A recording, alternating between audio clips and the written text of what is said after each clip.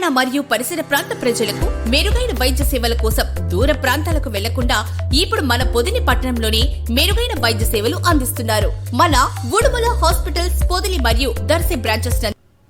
ప్రజా సమస్యలను త్వరితగతిన పరిష్కరించడమే లక్ష్యంగా కూటమి ప్రభుత్వం అడుగులు వేస్తుంది. అందులో భాగంగా పొదిలి పట్టణంలోని శ్రీ సాయి ఫంక్షన్ హాల్ నందు ప్రజా సమస్యల పరిష్కార వేదిక పీజీఆర్ఎస్ కార్యక్రమాన్ని అత్యంత ప్రతిష్టాత్మకంగా నిర్వహించారు. అయితే ఈ కార్యక్రమంలో ఒక ప్రత్యేకత చోటు చేసుకుంది.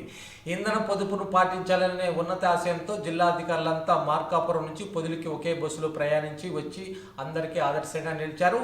ఈ కార్యక్రమంలో మార్కాపురం శాసనసభ్యులు కందుల నారాయణ రెడ్డి, జిల్లా కలెక్టర్ ఎం విజయ సునీత, జిల్లా జాయింట్ కలెక్టర్ పులి శ్రీనివాసులు మరియు డిఆర్ఓ ఎం శివరామిరెడ్డి తదితరులు పాల్గొని ప్రజల నుంచే స్వయంగా అర్జీలు స్వీకరించారు. కాగా ఈ ప్రజా సమస్యల పరిష్కార వేదికకు అర్జీదారులు పోటెత్తారు. మొత్తం 240 మంది తమ సమస్యలపై అధికారులకు వినతి పత్రాలు సమర్పించారు.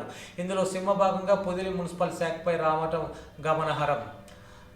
ఇన్ని సమస్యలు ప్రజలు ఎన్నోసార్లు ఫిర్యాదు చేసినా సంబంధిత అధికారులు పట్టించుకోకపోవడంతో ఈ వేదికపైనే ఉన్నతాధికారులు తీవ్ర ఆగ్రహం వ్యక్తం చేశారు. మున్సిపల్ కమిషనర్ నిర్లక్ష్య ధోరణిపై collector M Vijaya Sunitha, joint collector P Srinivasulu, MLA Kandula Narayana మండిపడ్డారు.